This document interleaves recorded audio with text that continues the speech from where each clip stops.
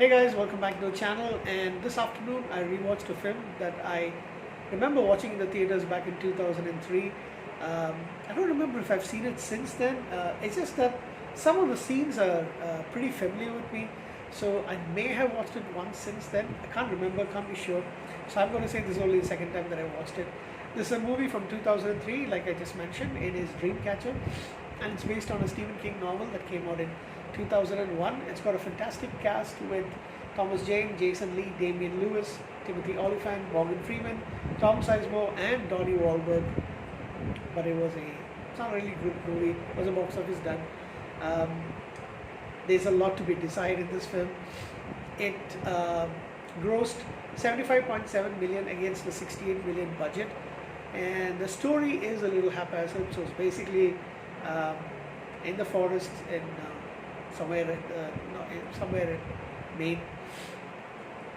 There's this alien invasion that's starting, and these aliens have these secondary creatures that look like slimy slugs that they get this big, and those slugs give birth to these eggs, and from the eggs hatch out these tinier slimy things.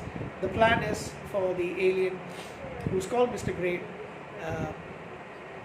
and we don't know why exactly, but that's how they call him in the movie.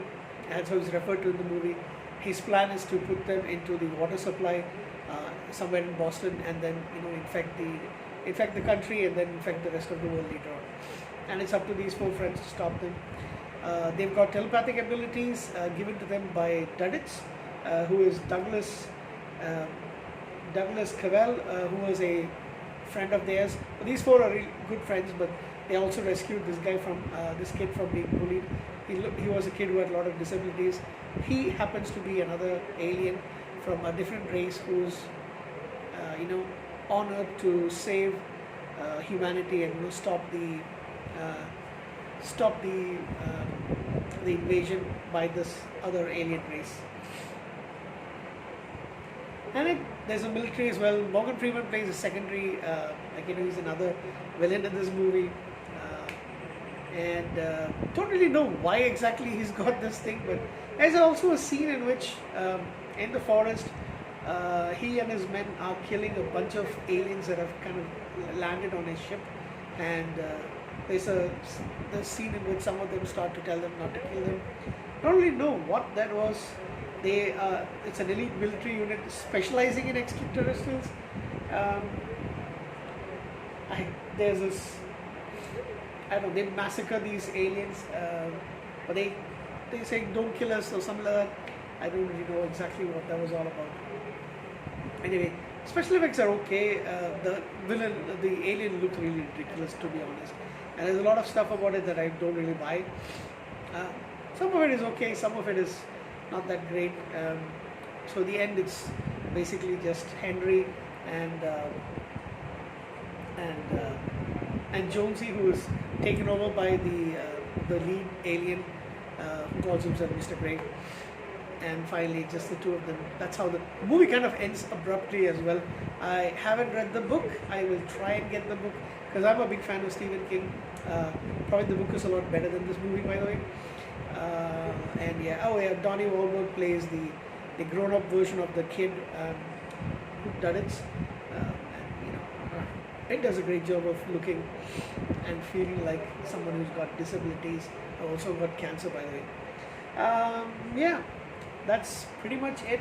Other people star in this movie. You've got Rosemary Dunsmore, who plays Roberta Cavell, and